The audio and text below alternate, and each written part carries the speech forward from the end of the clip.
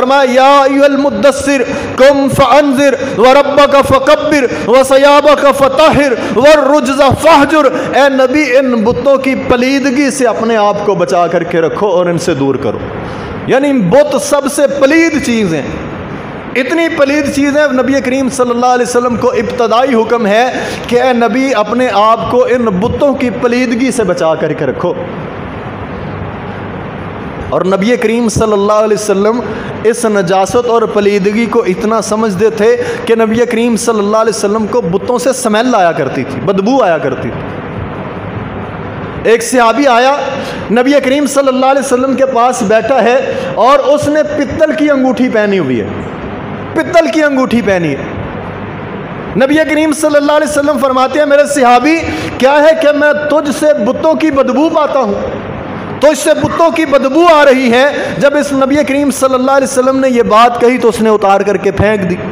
اور انگوٹھی کے حوالے سے بھی یہ میں بات مکمل کر دوں کہ نبی کریم صلی اللہ علیہ وسلم نے جس کے ہاتھ پر لوہے کی انگوٹھی دیکھی، نبی کریم صلی اللہ علیہ وسلم نے فرمایا کیا ہے کہ میں تیرے ہاتھ پر جہنمیوں کا زیور دیکھتا ہوں۔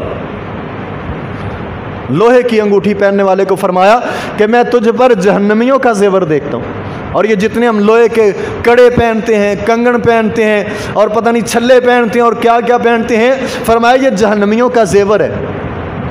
اور اسی طرح جس کے ہاتھ کے اندر سونے کی انگوٹھی دیکھی اسے نبی کریم صلی اللہ علیہ وسلم نے فرمایا میں تیرے ہاتھ کے اوپر جہنم کا انگارہ دیکھتا ہوں۔ سونے کی انگوٹھی مرد حضرات بڑے شوق سے پہنتے ہیں، اور یہ زیور جو ہے وہ خواتین کے لیے، مرد کے لیے صرف چاندی کی انگوٹھی کی اجازت ہے۔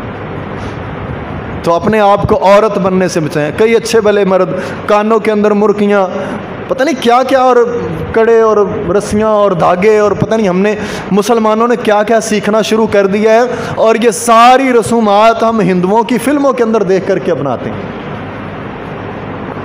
تو بہرحال دعا اللہ تبارک و تعالی ہمیں ان سے بچا کر کے رکھے۔ نبی کریم صلی اللہ علیہ وسلم نے فرمایا کیا ہے کہ میں تجھ سے بتوں کی بدبو پاتا ہوں۔